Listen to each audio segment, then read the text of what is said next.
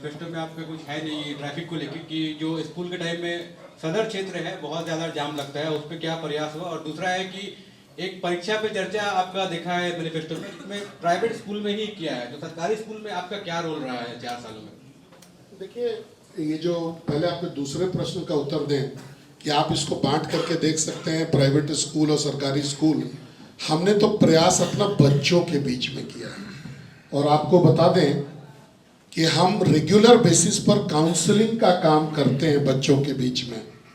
मेरा ऑफिस में अगर आप रोज आइएगा तो कहाँ एडमिशन करना है, किस तरीके से एडमिशन कराना है, हम यहाँ तक पढ़े हुए हैं, हमको कहाँ जाना है, इस प्रकार का कोर्स हमारे लिए बेटर होगा।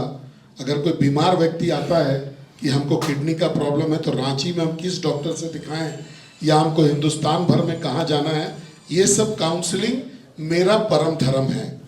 तो हम चीज़ों को बांट के नहीं देखते, क्योंकि एक दिन का ये था, एक दिन का अभियान था, इसलिए जहाँ सबसे ज़्यादा बच्चे मुझे मिले, जो अब एक सरकारी स्कूल में हम जाते तो वहाँ 100-150 बच्चा ही मिलता, लेकिन हम जहाँ जिस स्कूल में हम गए थे, क्योंकि वहाँ से हमको थोड़ा संबंध भी है, तो हम लोगों ने वहाँ पर 1000 से ऊपर बच्चों के बीच में ये चर्चा की।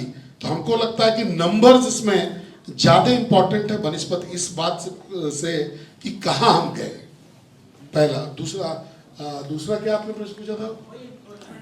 हाँ, इंक्रोचमेंट। देखिए, इंक्रोचमेंट एक बड़ा इंटरेस्टिंग सब्जेक्ट है, और हम सभी लोग जानते हैं कि हजारीबाग में इंक्रोचमेंट का एक ही दवाई है कि ये जो लोग सड़क पर जो लोग बैठे हुए हैं, जो सड़क इंक्रोच किया हुआ है इन लोगों ने 50%। आप मेरे ऑफिस में अगर आइएगा अभी तो आपको बाइक लगाने के बाद ना सीधा चल के नहीं आ पाएगा, टेढ़ा आना पड़ेगा, क्योंकि वहाँ पर जो सब्जी बेचने वाले लोग बैठी रहती हैं, उन लोगों का समस्या है।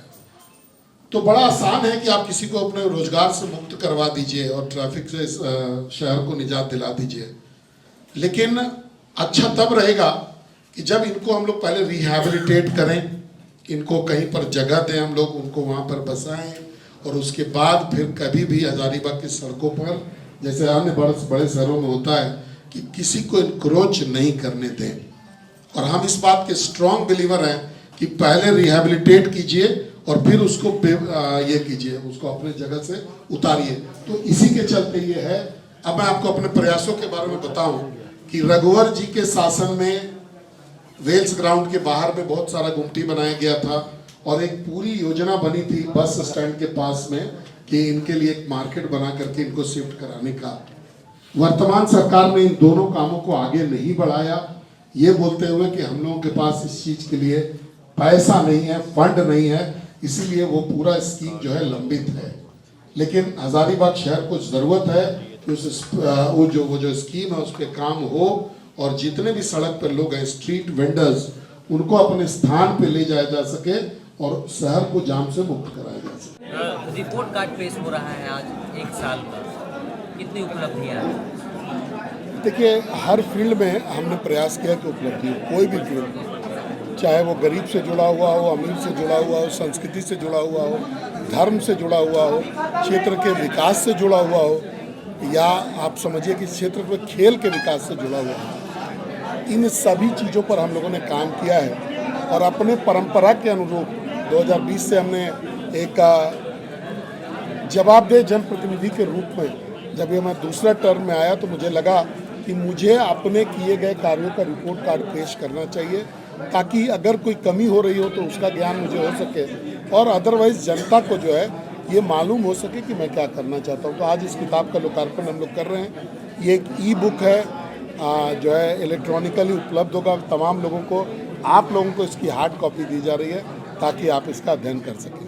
सरकार से कितना सहयोग प्राप्त होता है आप लोगों को? विपक्ष में है आप? देखिए, विपक्ष में होने के नाते, और विशेष करके हजारीबाग ऐसे जगह होने के नाते, इस प्रकार की जो सरकारें हैं, कांग्रेस जेएमएम की सरकारों से कोई भी समर्थन प्राप्त नहीं हो रहा। आप पिछले 5 वर्षों में कोई बड़ी उपलब्धि जो इस सरकार के द्वारा इस क्षेत्र के लिए दी गई हो, एक भी योजना नहीं बता पाएंगे, जबकि हम लोगों ने एयरपोर्ट से लेकर के 50 योजनाओं का मांग जो है सरकार से किया है। तो ये सरकार बिल्कुल ही विफल सरकार है।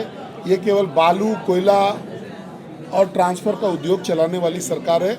इससे ज़्यादा इस सरकार में कोई दम नहीं है। साल किए गए कामों में आपके लिए सबसे बड़ी उपलब्धि कौन सी रही? देखिए, हम लोग जो काम करते हैं वो तो हर साल करते हैं, और इस जो काम हम लोग करते आ रहे हैं उस काम को हम लोगों ने इस साल सफलतापूर्वक किया। ये मेरे लिए सबसे जो है प्रसन्नता का विषय है कि जो मेरा परंपरा है, जो मेरा ट्रेडमार्क है, वो काम जो है पूरा पहले भी हुआ था और इस साल भी हुआ, और प्रयास रहेगा कि आगे के सालों में भी हो। यही मेरा ट्रेडमार्क है। सर, लंबी दूरी की ट्रेनों में कोलकाता दिल्ली जाने के लिए भी लोगों को अभी काफ़ी परेशानी लगती है, उसको आपकी ओर से क्या कुछ है? देखिए, हम लोग बातचीत के क्रम में हैं, लेकिन जब तक यहाँ पर जो सफाई का डिपो है वो नहीं बन जाता है तब तक हम लोग उसको नहीं कर, मतलब उसमें उसके परिचालन में दिक्कत है। जैसे वो डिपो बन जाएगा वैसे लंबी दूरी की ट्रेनें भी आपको मिलने लगेगी। चलिए, बहुत बहुत धन्यवाद। रोड की आपके स्तर से क्या प्रयास हुए हैं एक साल में, कृपया वो बताएं।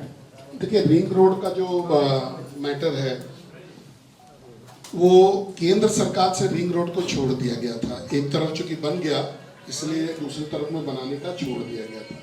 हम लोगों ने रघुवर जी के शासन में पसई बगीचा तक जो है रिंग रोड को पास करवाया था, क्योंकि मेरा ये मानना था कि अगर हजारीबाग शहर में सबसे ज्यादा अगर कहीं जाम लगता है तो वो चतरा की तरफ से जो गाड़ियां आती है वो, और बड़का गांव की तरफ से जो गाड़ियां आती है उससे। तो अगर चतरा का गाड़ी पसई से अगर मुड़ जाता है इधर, और बड़का गांव की गाड़ियां अगर यहाँ से बाहर से मुड़ करके अगर NH को पकड़ लेती है, रांची पटना हाईवे को, तो जाम लगना कम हो जाता। तो प्रथम फेज में ये दोनों चीजें जो है पास हुई थी। इस सरकार में चूंकि रघुवर जी के पास 2 ही साल था तो उन्होंने टेंडर भी किया, काम भी चालू हुआ। आपने देखा होगा कि कुछ पैच में काम भी जो है दोनों साइड से हुआ है। इस सरकार ने राशि नहीं दी है, जो अमाउंट है वो नहीं दिया है। हम लोगों ने बार बार इसका तगादा किया। 2 रोड ओवरब्रिज बनाने की जरूरत है, उसके लिए हम लोगों ने केंद्र से भी बात करके उसका जो है एश्योरेंस लेटर भी इनको दिलवाया, लेकिन राज्य सरकार के द्वारा राशि नहीं मिलने के कारण वो सड़क अभी यथावत स्थिति में पड़ा हुआ है। और मैं आपको एश्योर कर रहा हूँ कि जैसे अगर भारतीय जनता पार्टी की शासन आती है, क्योंकि इस सरकार से मुझे और हमको लगता है कि आप लोगों को भी बहुत उम्मीद नहीं होगा, जैसे भारतीय जनता पार्टी की शासन आती है इस कार्य को हम लोग पूरे तन्मयता से पूरा कराएंगे। क्योंकि ये केवल रिंग रोड ही नहीं है, ये हजारीबाग के ट्रैफिक के समस्या का समाधान का एक कदम भी है।